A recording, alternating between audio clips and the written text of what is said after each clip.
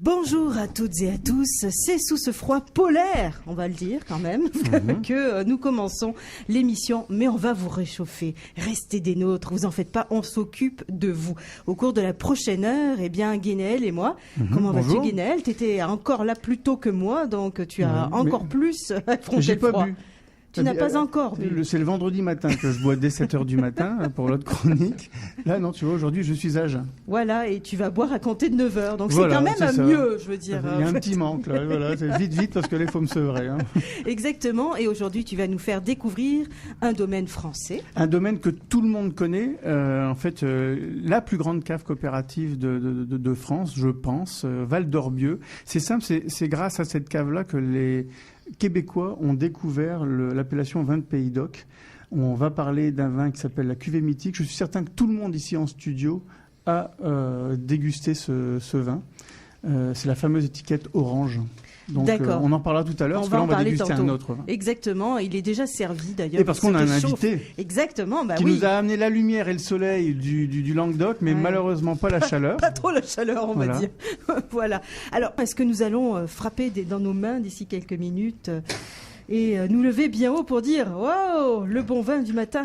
Bah écoute, oui. Oui. Un bon petit vin, j'aime pas dire petit vin, parce qu'il n'y a pas de petit vin, mais on est avec le directeur de la cave Val d'Orbieu, que tout le monde connaît au Québec. Pourquoi ? Parce que tu as forcément bu un vin dont l'étiquette était orange. Elle est orange, elle est toujours, ça s'appelle cuvée mythique. Elle est orange et dessus il y a une chouette ou un hibou, je sais pas, je crois que c'est une chouette. Ça dit quelque chose, dessiné. Tout le monde a bu ça. Tout le monde. Fort probablement. Et ça fait quoi, plus de 10 ans 15 ans peut-être Non, cuvée mythique, non, un peu moins. Une vingtaine d'années, c'est ça.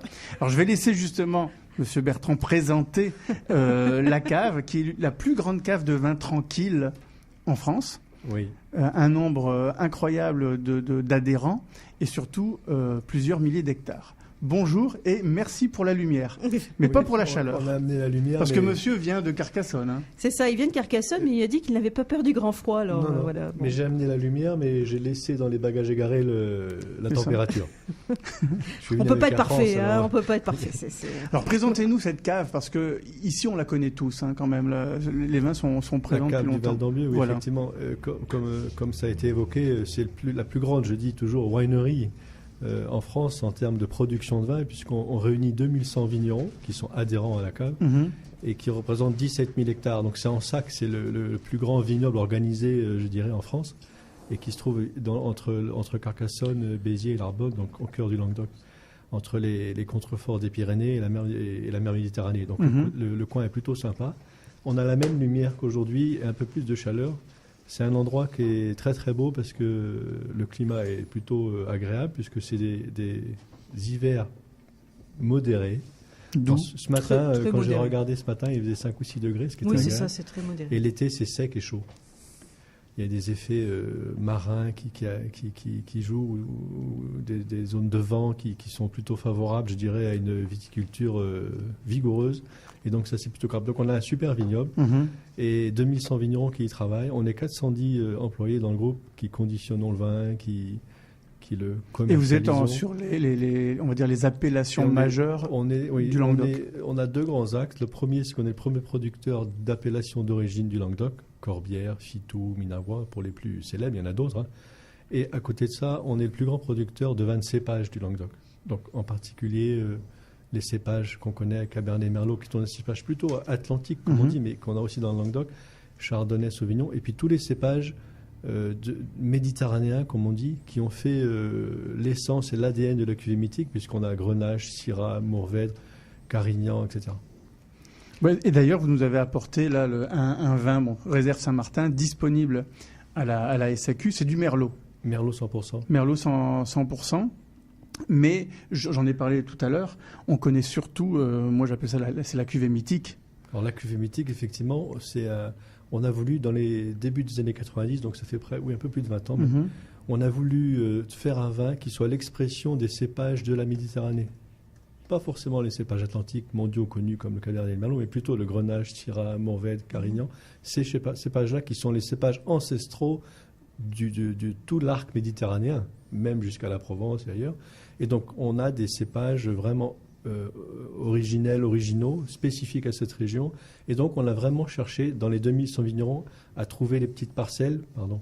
Non, continuez. C'est très intéressant. Mais quand vous dites quand on voit que c'est quand même une entreprise qui compte quelques 410 employés, oui. Qui réunit des centaines de membres, c'est super intéressant pour le travail, pour faire collectif, mais est-ce que il y en a qui pourraient penser, est-ce que ça se fait au détriment des productions, des vins ? Qui prend les décisions ? Qui prend les décisions et surtout, est-ce que ça ne fait pas des vins trop génériques ? Est-ce qu'on arrive aussi à faire des petits vins, des petites choses ? Question parce qu'on a souvent tendance à opposer la grandeur et le nombre à la médiocrité. À la médiocrité, parce que le plus petit. Exactement. Le mieux. Alors c'est pour ça que je vous pose la question. On est exactement l'inverse, puisqu'on est une collectivité organisée où on cherche à extirper le plus beau du petit, mais de manière collective et en grande dimension dans le marché. Donc c'est tout à fait différent. Et sur 2100 vignerons, on a une chance fantastique. Imaginez que vous ayez un grand jardin de 17 000 hectares, en connaissant chacun des hectares à la lettre. On a un mapping vraiment large, chaque hectare, si c'est en coteau, si c'est en plaine, si c'est irrigué, si c'est plus rocailleux, si c'est tel sol. Donc on a cette mosaïque fantastique.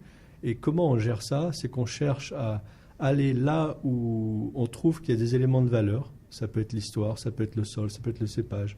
Et on essaye d'en faire des vins qui expriment tout à fait ça. Alors parfois, ça peut faire quelques dizaines de milliers, voire centaines de milliers d'un vin Merlot, comme celui qu'on goûte aujourd'hui, 100%, dont la caractéristique est d'être sur le plaisir, sur l'accessibilité, tant sur le prix, mais aussi... Le prix est une chose, mais l'accessibilité, c'est aussi comprendre ce qu'on boit et se faire plaisir sans forcément aller chercher le dictionnaire pour savoir ce qu'on boit et pas avoir le headache à la fin, quoi. Donc ça, c'est un type de vin qui peut, je dirais, excusez-moi l'expression, rémunérer le viticulteur de manière tout à fait normale et décente et en même temps se positionner sur un segment de plaisir, d'accessibilité. Et c'est exactement ce qu'on cherche à faire ici, avec des vins vraiment d'accessibilité, de soyeux, pas trop secs, pour le coup, celui-là, qui vont avec des plats du quotidien. Vous en produisez combien de types de vins ? Ce type de vin-là, pour vous donner une idée, dans le groupe, on fait 200 millions d'unités de conditionnement. Donc, c'est en conditionnement, mais en termes d'étiquettes, là, vous en avez combien ? Ce vin-là, on en fait environ 1 200 000 bouteilles. Notamment aux États-Unis, qui est notre premier marché pour cette marque-là, mais aussi dans d'autres pays. Mais toute marque, au sein de toutes les appellations confondues, vous êtes à combien ? Une quarantaine de produits Dans les marques vraiment marketées, qui sont nos propres joyaux, je dirais, on a 50 domaines et châteaux, qui sont chacune d'entre elles une marque. Et après, la Mythique, la Réserve Saint-Martin et 3 ou 4 autres marques, ça fait environ 60 J'imagine qu'on doit se trouver quand même dans un spectre qui vont justement du très vin accessible à des vins de garde. Mais c'est ça que je voulais aborder. Et la Mythique a exprimé ça, parce que la Mythique, c'est aller chercher des cépages très très originaux, vraiment méditerranéens, parce que faire une pâle copie d'un vin qu'on trouve ailleurs, ça ne nous intéresse pas pour le coup. Donc on prend nos cépages, nos parcelles, on fait des vinifications spécifiques, et on cherche à faire ce qu'on appelle un vin méditerranéen moderne. Un petit peu boisé, mais pas le bois qui mange le fruit, le bois qui exprime le fruit. Et ça, c'est tout à fait mythique. Mais je voulais vous dire aussi, parce que depuis que M. Bertrand a pris la direction de la cave, il y a maintenant 4-5 ans, au-delà du fait que ça va très très bien, la cave, je sais qu'ils sont en train de développer une gamme supérieure, où là on ne sera pas sur des vins autour de 15 ou 20 $, on sera plutôt autour de 40, voire 50. Et on a eu la chance de déguster hier l'un de ses représentants. Et là, je t'avoue qu'on est vraiment dans le top des grandes appellations du Languedoc, comme Minervois ou Corbière. Mais c'est toute la beauté du système, d'un effort collectif, coopératif dans toutes ses valeurs. On a un mapping fantastique du vignoble et on regarde dans chacune parcelle ce qu'on peut faire de mieux. S'il faut faire 1 million de bouteilles de Réserve Saint-Martin, on sait où aller les chercher, avec quel vigneron, quel outil de vinification. Et ça, c'est un sujet. Il y en a un deuxième qui est celui dont on vient de parler là, c'est dire, OK, on a peut-être 3 hectares dans un coin à 300 mètres d'altitude, dans un contrefort, où il y a 2 hectares de chardonnay fantastique. Comment on peut les mettre en valeur le plus possible, en amener la quintessence pour le vigneron, mais j'allais dire aussi surtout pour le consommateur, ou gagnant-gagnant pour les deux. Et c'est un petit peu toute la démarche qu'on a de mapping extrêmement précis, où on sait générer du gros volume et aller dans la petitesse, la finesse de certains... Alors autres justement, si on veut aller regarder tout cet éventail de possibilités, vous avez un site web, j'imagine, qu'on peut sûr. aller visiter. Tu tapes cave Val d'Orbieu sur n'importe quel moteur de recherche. valorbieu.com. Valorbieu.com, tu vas tomber tout dessus. simplement. Nous, ici, on a quelques représentants, on va dire, accessibles au Québec. Et je pense que d'ici 1 an ou 2 ans, à la SAQ, on va avoir les représentants, ce Justement, côté, le haut de la pyramide. Ce haut de gamme. J'espère, parce que c'est un peu la force d'une grande cave coopérative comme ça, c'est qu'ils peuvent faire du 5000 bouteilles, comme là, ils viennent de le dire, plaisir à du tous les million. consommateurs, ceux Voilà. qui ont un Voilà. petit budget et de envie quotidienne. Et gros budget pour Sophie. Sophie, elle Et peut ceux se qui- permettre bien pour sa sûr, hein, cave. c'est bien Et connu. ceux qui veulent se faire encore plus plaisir en excellente compagnie avec un grand vin. Merci beaucoup. Et puis, on vous Merci garde de votre avec passage. nous. Au plaisir. Hein, Merci à vous. on vous garde pour la suite de l'émission. À tout de suite.